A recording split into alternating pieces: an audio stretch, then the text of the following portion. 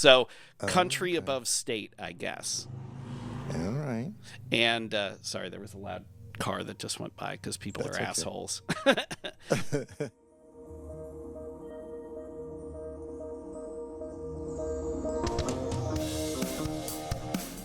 Hey everyone, it's Elliot.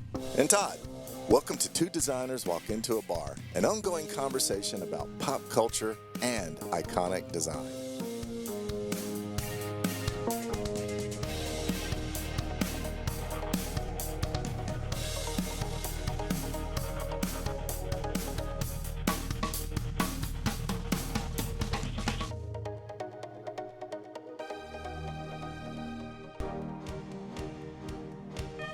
Today we're talking about state flags. And just like everyone here in the bar, they have unique appearances and colorful histories. In one corner we have the funky flag from Ohio. And in the other corner, we have the boldly graphic flag of Maryland. So it's time to ask the bartender for a couple of aviation cocktails. Because we're going to be getting into some different states of mind back here in the bar. We're talking designs of state flags today here in the bar. It's pretty colorful, as we have said in the introduction. And I know, our listeners know you love trivia. Yes, I do. And you're really good at it. Sometimes. All right. Well, I have a trivia question for you to ponder. Okay, hit me. How many U.S. state flags show toes?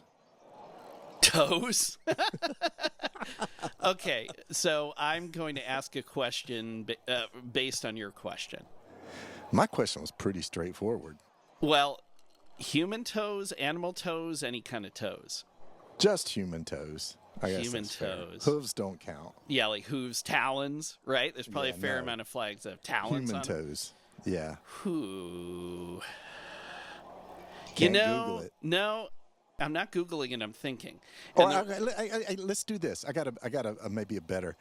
Oh no, never mind. Sorry, forget that. We're going to cut that part out. How many state flags have toes, Elliot?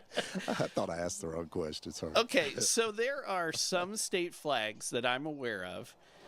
Todd, I'm a bit of an amateur vexillologist. We had love a our flag. Well, yes, we had our other episode where we Yep. talked about country flags. We talked about Countries. Panama. We talked about Switzerland. Switzerland. Yeah. To the best of my knowledge, to the best of my recall, neither of those flags contain toes.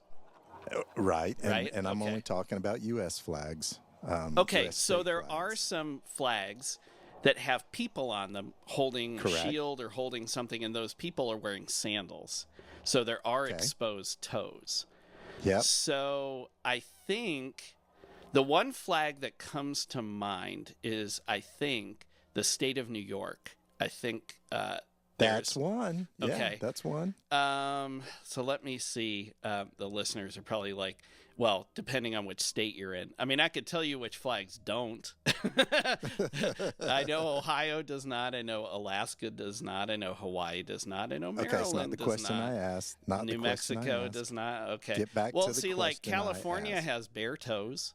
Oh, bear Those are claws. not- So Those technically, are not California. toes. No, I know it's a donut.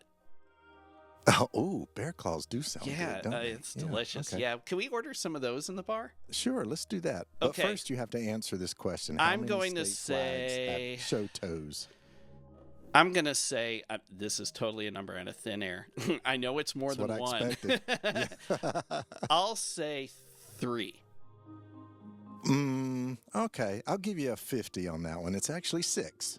Oh, okay. And it would have been 7, but Don't tell me Gene Minnesota- Gene the Dancing Machine was on one of them. no, sorry. No, Minnesota just redesigned Oh, yeah. their flag. I so love there goes one. Minnesota's new design. Well, let me tell you the other states. You guessed Okay. New York. Uh-huh. There is Massachusetts. Well, I'm sorry, what was the name of that state? I can't say that state. I'm sorry. Do you- Massachusetts. Do you say Massachusetts. when you say Connecticut, do you pronounce is it like Connecticut? Is it like Salmon? No, I say Connecticut. Okay. But I just can't Connecticut say doesn't have Mass- toes. Okay, The state but Boston is in. Yeah, the state Boston. The Mass. I just can't say Ma- that word. Okay. Massachusetts. That's close enough. Okay. People And in New York, you Vermont said. know what you're talking about. Yeah. People up there know what I'm talking about. New Jersey, Virginia, Okay. Idaho, and of course Florida. Wow. Their dismembered legs. In Florida, where in Florida? Well, that's bitten I off was gonna say or it's belonged to a mafia informant or something like that. yeah, right. Yeah. Okay. Interesting. So 6. Okay. And as you pointed out, a lot of states don't show toes, and one of those is Ohio, right? Okay. Well, I have a trivia question for you. Okay. How about that? All right. Do you know what the word? Well, it's kind of it's a trivia question. It's a dictionary sort of question. And it's not phonetic. It's not how do you pronounce Massachusetts. I would fail. Do you know what the word, and I'll spell it out for you. Do you know what the word burgee, Burgee, not bougie? I don't want you to get too excited. But do you know what the word burgee means? I'm going to take just a wild guess and say it has something to do with like a burgess of some kind. It's like a official position, a aristocratic burgess of some kind. Burgess, like Burgess Meredith? No, like royalty. They have burgesses. And stuff I thought you meant like Rocky's boxing manager. Well, and the penguin. So yeah, is that what burgee means? It means penguin. Well, you know what? You're in a weird way not too far off in that it is somewhat bird related. So, okay. The state flag of Ohio is officially known as of I think 2005 as the Ohio Burgee because it is in the shape of a swallowtail. Oh, is that what you call a swallowtail's tail? I don't know. I'm just telling you what my research told me. All right, well. I had moved away from Ohio by that point, so I was not involved in that naming decision. Okay, well, I have no reason to not believe you, so thank you for that new educational bump. This is where all our listeners are thinking, I need to go get another round if this is going to be a trivia. It's barroom trivia night. Yeah, exactly. So the reason I bring that up, though, is because for those of you who may not be familiar with the Ohio state flag, it is the only non-rectangular flag. Now, I have seen the Rhode Island state flag, depending on where you look, depicted as a square, and I think that's probably because of its nautical heritage. Mm-hmm. But the Ohio flag is the only triangular swallowtail flag. So, only non-right angle flag. Yeah. So basically, I'll get into describing what it looks like. So it from left to right, it tapers. It gets more narrow, but it doesn't end in a true triangle. It's not like a pennant, because imagine that if it were a pennant, you almost took that piece on the right, like the point, and sort of folded it in on itself. And then that part became a hole. And that's what makes the swallowtail. Yeah, exactly, if you think about the bird. So, Todd, in Ohio, we're patriots, okay? Oh, good. So the flag is red, white, and blue. Yeah, in case you were wondering. Okay. Now, I'm going to tell you, I'm going to talk a little bit about some of the symbolism that's alleged with these colors, because I got to be honest with you, I'm not sure I'm buying it. Okay. Well, I mean, as the ambassador from Ohio for I know I have a large weight on my shoulders. You do, but please go for it.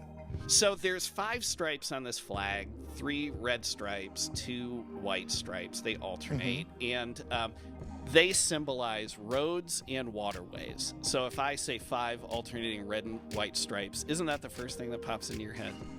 So your roads are red or white? I think some of the necks are red. I gotta write a congressman. Yeah. Okay. Yeah. Well, they don't care about you. You're not voting in Ohio. They're like, I don't know who this guy is. I'm going to use your name though. Oh, you're not voting in Ohio either. Yeah. So they'll equally not care. They'll be like, oh look, 2 people I don't care about. Then there is a blue triangular, I guess, field you would call it, or canton perhaps, on the left, and it points to the right. So it points sort of the swallowtail is, the hole is sort of pointing back to the left. Yep. These two triangles are pointing towards each other, looking left to right. Okay. And so the blue symbolizes hills and valleys, Todd. Okay? Hills and valleys. I got it. Okay. And then Ohio's natural features and the order of admission to the Union, the 17th state. So there's 17 stars on this flag. Yeah. Okay. In the blue area. Yeah, in the blue area. It's like a beautiful, night sky in Ohio. Yeah. But we're not done. There's also a red circle outlined in white that's also on the blue. And that's an O. That's an O shape. So Ohio begins with O, ends in O. You know the old joke, the land that's high in the middle, round on both ends? Clever, right? Yeah. They used an O. I'm not sure the flag was the source of that joke. Maybe it was. Yeah. Beats me. I don't know. Makes sense. That would actually be pretty cool if in how like a lot of state flags have phrases or mottos. It'd be great if they stuck a banner in there and it just said high in the middle, round on both ends or something. That'd be pretty amazing. Yeah, I actually think they're high all over the state of Ohio. I can tell you a county or two I know they're high in because I went to college near there. So it also looks like the Buckeye nut. You think about the state nut. I was the state nut, then I moved out. So it's the Buckeye. And it also suggests Ohio's role in the Northwest Territory, because Ohio, where I went to college, for example, Ohio University, that is actually the first college that was established in the Northwest Territory. It was in the wilderness, man. We're in the middle of nowhere. Oh, yeah? So yeah, Todd, I was forging the frontier for people like you. Oh, thank you. Thank you for doing that. So as I mentioned, there were the white stars. 13 of the stars are in a circle because, kind of like the Betsy Ross flag, those are the 13 original colonies. So I think, again, that stands up. Like, that makes sense to me. And then the other 4 sort of tucked into the point of the triangle, and like we said, that adds up to 17. So even though the flag shape is super duper funky, it actually is symmetrical top to bottom. It is, in fact, a mirror image of itself, except, I guess, for that 17th star, because it's an odd number. But beyond that, it's pretty recognizable. You can hang it horizontally, you can hang it vertically. I've been to plenty of college and pro sporting events in Ohio that have the flag, and you definitely notice it. It's very distinctive. Yeah. Quick story. I do have an Ohio state flag that periodically I will hang out in front of my house on a flagpole off of a pillar in our front porch. And one day, because you need to have your house egged? No, because I regard it as an embassy, and if you set foot on my property, I'll have you arrested. Oh, okay. Well, that sounds like a noble reason. Well, that's just one more reason I'll have you arrested. Oh, right. So anyway, one day I noticed this guy walking by on the sidewalk, and he's just staring at our house. And we have cats that sometimes do funny things. So first I thought he was staring at our cats, but our cats weren't around. So finally I went out and said, hey, what's up? Can I help you? Or whatever. And he's like, yeah, I'm looking at that flag. And I kind of glanced back because I'd forgotten the flag was on our house. And I said, oh, yeah. He's like, I'm just trying to figure out, what country is that from? And I thought that was really, really great. I could have made something up, but I was actually nice and told him where it was from. Oh, that's not like you. No, you would have started with Todd. As I said a minute ago, I'm an ambassador. Okay. Well, I guess in your official capacity, you had to be. I know. I had to be diplomatic. Okay. So 17 stars, 17th state.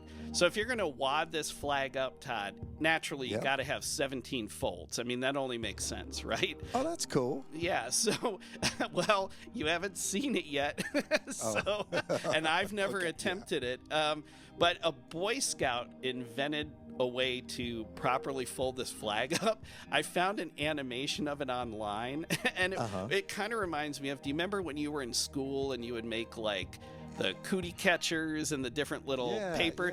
Yeah. It's sort of like that. It's some sort of random feat of origami to fold this flag correctly. And so we'll post the animation that I found on our episode page, because I don't know. I'm not sure it's intuitive. I'll just put it to you that way. May not catch on, huh?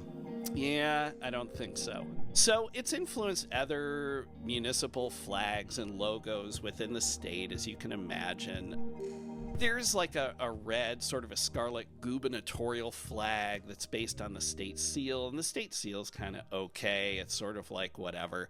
But the flag design actually is defined in a state code and everything like this. So it dictates the design that we just talked about, the swallowtail, the 17 stars, red, white, and blue, all that good stuff. All right. But I want to tell you about the history of this flag. So how, if every other state has this rectangular sort of setup, or I will get to a great and colorful description of a typical state flag in a minute, because I thought it was funny. I actually laughed out loud when I read it. Where did this unique design come from? Listen, in Ohio, we just don't jump into things with both feet. We don't just commit right away, okay? You got to take your time. You got to ease into these things. Cautious. Yes. You're cautious. So Ohio was established in the early 1800s, but until 1902, there was no official state flag. for not for like a decade, not for a couple decades, but for quite literally a century. The hell, man? Were they just sitting around for 100 years doodling or something? I guess there was no official state business that needed to be conducted. They're like, we can't figure out how to fold it. They're like, we're in the Northwest Territory. Like, we're not getting anybody out here. No, what they did was, starting in the mid 1800s, a militia flag was used that was based on flags with additional symbols like an eagle or a regiment number. So there were several militias across the state, so they were sort of using their own flags, right? This was the frontier. And then in 1860 or 1861, there were these two generals, Wood and Carrington, and they decided that they wanted to introduce a flag with the state seal on white. And so that flew briefly at the Ohio State Arsenal. I assume that this was a rectangular flag because there was no conversation about a unique shape. But that proposal was then abandoned after a speech by James A. Garfield, reaffirming loyalty to the U.S. flag. So country above state, I guess. Was the speech, did it have anything to do with swallowtails or anything? No, but since Garfield gave the speech, I believe afterwards there was a lasagna potluck. But that's that's left to history. I'm not sure about that. We can check the Wikipedia for that later. We'll look into that. But in 1901, an architect named John Eisenman came to the rescue. So he decided that the state needed a new, unique flag for the Pan American Exposition in Buffalo. So each state had their own pavilion, if you will, and he wanted a cool flag that should fly in the pavilion. And this guy, actually, he was a noted architect, and we'll talk about him in a moment too. Okay. So this flag design is submitted. State Representative William McKinnon introduces legislation as a House bill. And then in 1902, specifically on May 9th, so even though Ohio was the 17th state, it had the 20th officially adopted state flag. So Ohio was leapfrogged by a couple other states. They were too busy putting chili on spaghetti to design they're the too flag. busy doing that. I mean, there's a lot of, dipping peanut butter balls in chocolate. Todd, there's a lot of culinary innovations. Yeah, you can only do so many things at once. Okay. Yeah. So again, this flag comes around. They show it at the Pan American Exposition, but Ohio people must not. I must be an outlier being so into flags, because basically everybody's like, we already have a flag. It's the U.S. flag. Like we don't need this flag.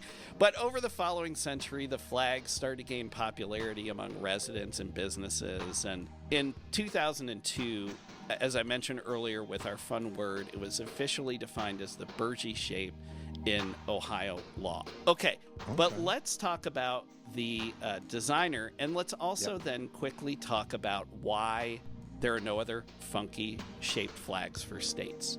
Okay, so Eisenman, John Eisenman, he was an architect from Cleveland, the greatest city in the world, as you know, and he was known for civic and public projects. So there's actually a very well-known building in Cleveland called the Arcade. It was like one of the first indoor malls in the United States, and it is a beautiful, beautiful building. I've gone there ever since I was little, and I've always loved it. So I think it's really cool that the same guy who designed that, I believe, I'll have to check this, I believe it's actually on the National Registry of Historic Places. And this is the same dude who designed the flag. So, as I mentioned, it was for the Pan American Exposition. He creates this flag to fly above the building. Okay, so get this, and this was something that was pretty wild. He actually got a patent, a U.S. design patent for the flag. Oh, wow. And he described it as and I'm going to butcher this phraseology, but he described it as a cavalry guidon, Guidon. I think that's maybe how you pronounce that. Or in layman's terms, Todd, let's just call it a broad pennant. So, again, based on when I say cavalry guidon, that's basically a military flag. That's these regimental flags that we talked about earlier, right? Okay. So you had a bunch of armies that were, if you go and look at contemporary paintings from that time, you'll see that this was a fairly common flag format. But this guy, Todd in Ohio, we're also known for our generosity. Although when it comes to the bar, you're known for your generosity when it comes to our rounds of drinks. And I, as a fellow generous person, really appreciate that. Okay? Right. So he actually gave his patent that he received to the state of Ohio. Oh, well, that is generous. Yeah. So, but this is what I laughed out loud about. So his design challenged, as we've been talking about, and if you look at other state flags, the norms of the time. And so his phrase, I love this phrase. He wanted to move away from the generic, quote, seal on a bed sheet, unquote, format used by most states. So I just love that. I laughed out loud at that. Seal on a bed sheet. It's like done. Seal on a bed sheet. Why are we still talking about this? We're in 1900s now. So at first, the design drew mixed reviews. So we talked about this favoritism of the U.S. flag, the stars and stripes. But because of the layout, people were comparing it to the Cuban flag or the flag of the Philippines. And the Japanese flag was another comparison because it has this giant red dot in it. Much, much more complex, of course, than the Japanese flag. But I don't know. People will see what they want to see. But despite early skeptics, people favoring our nation's flag, it became an enduring and celebrated symbol of the identity of Ohio.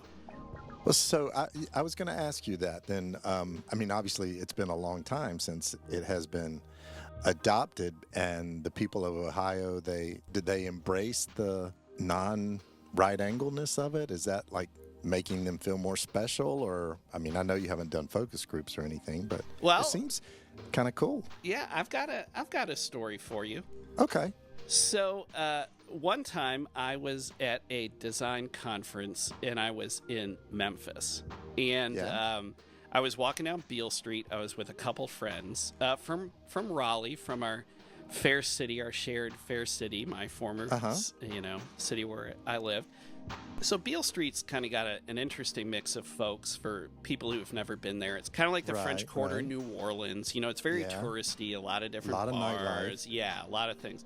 So one of the groups that was there when I was there, and we had a little free time, there was a motorcycle gang, and they all had their leather vests, and their vests on the back right shoulder, they all had Ohio flag patches.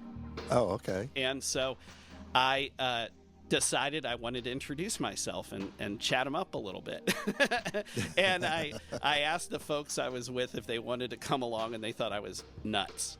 But you're an ambassador. So I'm an ambassador. I had my credentials with me, and so now, they were ambassadors as well.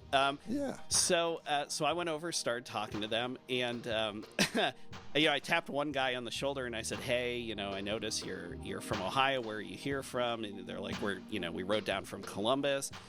I said, I grew up in Cleveland. I went to college in Athens. And the guy who was the head of this motorcycle gang, this is a true story, story. He got really excited and he said, I went to college at Ohio State and played the sousaphone and dotted the I in Script, Ohio at halftime. So he was actually a band nerd that was the head of a motorcycle gang. So it was totally amazing. So like I was chatting him up. So he's like, yeah, let me introduce you to the fellas, or whatever. So I'm like, it reminded me of the scene in Pee Wee Herman when he goes into the bar to use the phone. Right. And it was sort of that same sort of idea or setup. Anyway, so I talked to these guys for like 5 or 10 minutes. Lovely people, very super nice people, just in town hanging out, whatever. So I go back and return to my 2 friends from Raleigh, and they're just kind of looking at me gobsmacked. They're like, because they thought that I was going to get my ass kicked, and they're like, what were you talking to them about? I'm like, they're from Ohio, they're nice people. So yeah, Todd, see if you're from Ohio, or if you have an Ohio, I'll get you an Ohio flag patch, so you can ingratiate yourself with whatever opportunity socially may present itself. Yes. I would like to also meet the dot of the I of Ohio too. So, I mean, that's a celebrity. That's what I'm saying. Yeah. You've got to audition for that. And so he's, been on national TV or whatever. So, yeah. Well, of course. I mean, I bet a lot of the folks that saw them on Bill Street were thinking, are those guys from the Philippines? Or are they Japan? from Puerto Rico? Yeah. How did they ride here from the Philippines? Yeah. I mean, which, those are all great places, right? Cuba, the Philippines, Japan, and they make some amazing cocktails. There's some great cocktail traditions. They do, Todd. I love cocktail traditions. You do? Which ones? Oh, I'm not particular, but my favorite is the tradition of you paying for my cocktails. And something tells me you're ready to celebrate. I think it's my wallet. Ooh, I'll drink to that. Okay, we'll be back.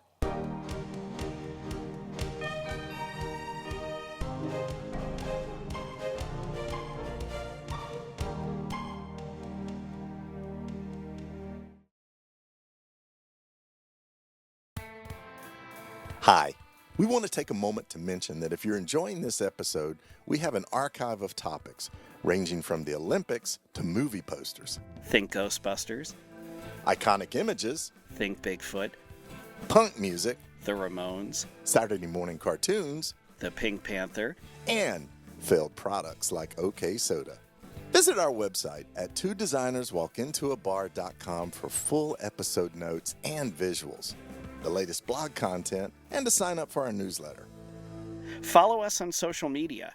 We can be found on Facebook, Instagram, Twitter, LinkedIn, and YouTube. Find the links on our website or search using the phrase 2 designers walk into a bar. Most importantly, leave a review on Apple Podcasts. It helps more people like you find podcasts like this. And tell a friend about us. Send them a link to our podcast from your listening platform of choice. And if you're inclined, buy our merchandise. Stickers, coasters, magnets, t-shirts. We're designers. We make good stuff, and it helps support the show. Get in touch. Use the contact form on our website or send an email to hello@twodesignerswalkintoabar.com. We read every message we get. Honest. And we're available for speaking gigs. Email us to learn more. Okay, now, back to the bar.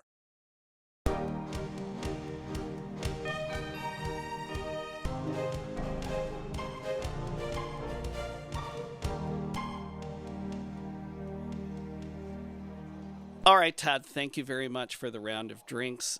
Generous as always. And so we're back. And I imagine you brought a flag to the bar as well, right? I did. Do you want me to tell you a little bit about it?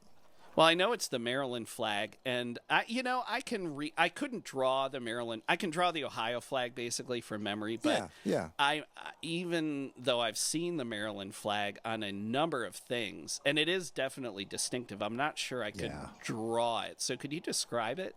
Yeah, it's a little, maybe over-designed, but you know it when you see it, right? Mm-hmm. The reason I thought about that flag first was it's probably one of the few U.S. flags that you could cut a snip of and would still know that it's a Maryland flag. And I've seen clothing where it Oh has yeah, been yeah. used to line like the inside of collars and stuff, and it's very distinctive. I've seen it on University of Maryland football helmets when they'll do a special football helmet, Yeah. and they've used the flag, and it looks super cool. Yeah, it's basically two patterns, and they're alternating in quadrants. So the one pattern is black and gold, which represents the Calvert family. They were the original barons of Baltimore, and that's in the top left and the bottom right, so diagonal across from each other. So it's like diagonal squares in that pattern. The other pattern on the opposite sides, it's red and white, which represents the Crossland family, which was the maternal side of the Calvert family. And, they had to, like, keep mom and dad happy. And the barons of Baltimore had to do that. And as you just said, it's one of the more distinctive state flags that we have. Maybe impossible to draw, but correctly. You know what this reminds me of as you're talking about it? It reminds me of our old symbols episode. And when you talk about the Medicis and the pawnbroker sign, it reminds me a lot of that, the symbols or the ideas behind that and the family crest and stuff. Yeah, that's exactly it. It's two family crests put together. And man, if someone gave me these two family crests and said make a flag out of them, I think that'd be pretty hard because they are about as different as two patterns can be. But let me explain a little bit about the symbolism, because there is. The Calvert colors, which again, that was the gold and the black, those colors represent strength and loyalty, and they have ties to Maryland's colonial roots. I'll get into that in just a second. The Crossland colors, which are red and white, that obviously has the Crossland family legacy there. So how did it come to be? Well, upon the death of the first Lord of Baltimore, his name is George, way back in 1632, dude, they didn't waste any time getting a flag. They were not like Ohio. I know. Upon the death of the father, his son, the second Baron of Baltimore, named Cecil. Oh, I love that. Cecil. Yeah, we'll just call him Cecil. So his name was Cecil Baltimore? Cecil, second Baron of Baltimore, yeah. I love it. I love it. I hope they have a mayor named Cecil, like now or later. Well, hang on, because I uncovered some bits that, who knew, right? Anyway, back to Cecil. So Cecil, this was about the time when the New World, which was North America, they were granting land rights. So the royal family gave Cecil the right and some acreage, which happened to be in the Maryland area. So, so he was granted that same year his father died. So way back in 1632. Now, you said that the Ohio flag was part of like a state statute or state ordinance? Mm-hmm. Okay. Well, so this one is too. And I'm going to read you word for word the description and see if you could even find the Maryland flag in this. Here we go. Okay, hit me. A hymn. Hold on. I'm getting my pen and paper because I'm going to sketch it out based on what you're telling me. Well, you need a quill. I think you need a quill. And an I'm just fixing my powdered wig here. Okay. Okay. The heraldic blazon is quarterly, first and fourth, pally of 6 or and sable, a ben counterchanged for Calvert. Second and third, quarterly, argent and glues, a cross botany counterchanged for Crossland. So what's your sketch look like, Elliot? It's a question mark. Did you have to be like, what's a palais, what's or? I think when I was in college, I took a class in cross botany, but I'm not sure. Okay. All right. So here's the interesting thing. I had mentioned before that this comes from the two English, or actually Irish families, British families. It's the only U.S. flag that is made up of British monarchy symbols. It's the only one that has kept those heraldic symbols. And do you remember what the one other flag is that has state flag that has British elements in it? No. Hawaii. Is it? Yeah, Well, this is the only. the field in Hawaii is like the British Oh. flag. Yeah. Okay, so this is the only one that is entirely made up of heraldic symbols. Oh yeah. No, that just popped into my head. No toes on that flag though, right? No, not you couldn't put a toe in that one. See, I think there should be toes on the Hawaii flag, don't you? I do too. That would have been one of my first choices. Yeah. Well, we'll have to write some letters after this episode's done. We got a lot of work to do, Todd. We got a lot of paperwork. Yeah. Oh, let me give you a little interesting tidbit here for a second. I told you that the land was granted in 1632, which eventually became the Maryland colony. Mm-hmm. But the last name, Baltimore, it's actually from a town in Western County Cork, Ireland. And it's been anglicized from the Irish Bally an Timor, meaning town of the big house. So, so there was a jail there. yeah. So Baltimore, Maryland was named after a jail. Now I don't know what that's what. I think it was a castle actually, but yeah. But I the mean, other kind of big house. That's wild. Bally I never an knew that Timor. either. Yeah. Yeah. All right. So one of the reasons that I love the Maryland flag, besides its just bold graphicness, you can collage it into anything and it's recognizable, is it's a wonderful symbol of unity, because Maryland was a border state during the American Civil War, so loyalties were divided, right? Yep. The Confederate Marylanders, they adopted the red and white part of the banner as their flag, and the Unionists, they adopted the black and gold part. Really? Now, it was not all one flag at that point. Let me say it was. So they had two different flags. Right. So you had on the battlefield, what you're saying is there were regiments from Maryland fighting for the North that had a red and white cavalry flag or whatever it was. And then you had... they were the black and gold ones. No. But the North... Oh, yeah. North Okay, the North were black and yeah. gold. Okay, yeah, and the Southerners were red and white. Red and That's white. wild. Yeah. Okay. So it's kind of like, you think somebody was way back up on the hill, like the whole Reese's commercial, and they're like, you got peanut butter in my chocolate. You got chocolate in my peanut. They're like, dudes, I got an idea for a flag. Yeah, but I mean, it's, not to get too heavy, but it is really sad if you think about if you were up on a hill observing that and knowing that everybody getting killed was from within the state.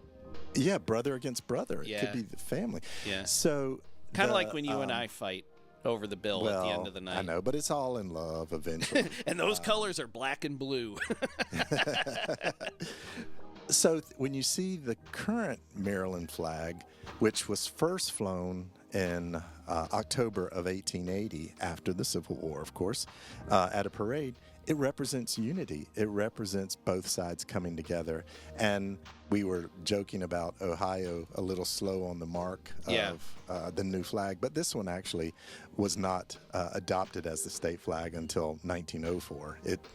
Parts were being used. It was kind of in use, obviously, since 1880. But but it wasn't adopted in 1980. No, right. It wasn't a swatch flag. Yeah, it wasn't like, let me get my cell phone briefcase and put my new flag patch on the side of it or whatever, yeah. But so I already talked about, it's pretty recognizable. It's used, as you said, in sports, apparel, in tourism.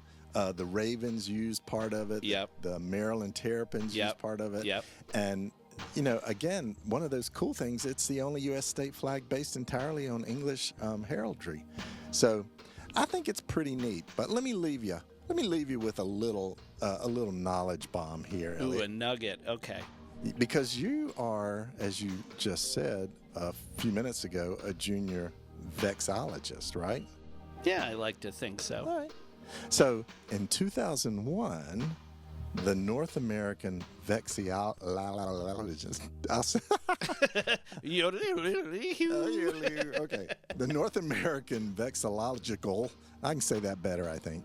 In 2001, the North American Vexillological Association conducted a poll asking members and the general public their opinions of flags that are representing U.S. and Canada.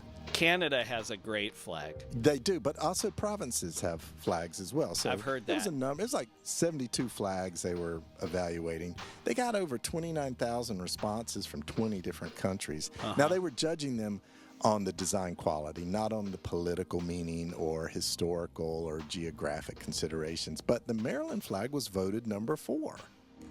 Okay, Todd, so I know I'm probably a little bit biased, but if Maryland's number 4, is Ohio number 1? I'm sorry, my friend. You still have more ambassador work to do to get it up there. Ohio's flag was actually number 15, so Okay. not even 17. And let me just say, in defense of Ohio, I think it could have been higher. I think it could have been. It could have been above Nova Scotia. Nobody would argue that. So you think some people stuffed the ballot box, some Canadians? I think Nova Scotia stuffed the ballot box, but anyway, I would be okay. Just real quick, I know our listeners are like, okay, well, dude, tell us what the other top 3 were. So, the most popular flag was New Mexico's flag, which is okay. pretty simple graphic, interesting. Yeah, people could probably draw that from memory. Yeah. Second one was Texas. Totally pretty easy to draw. iconic. Yeah, I mean, they use it everywhere. And the third was from Quebec. So, it's 4 quadrants of a fleur-de-lis. So, Yeah. once you knew how to draw one fleur-de-lis, you got that nailed. So, I would say that's also another heraldry sort of, because obviously that's from France, right? With the fleur de lis. Right. Basically, if you and the Minnesota state flag going through that, which I believe was previously, before the redesign, one of the worst flags. Basically, the rule is, and I think this goes back to what we were talking about during our country flags, if you put words on a flag, it's game over.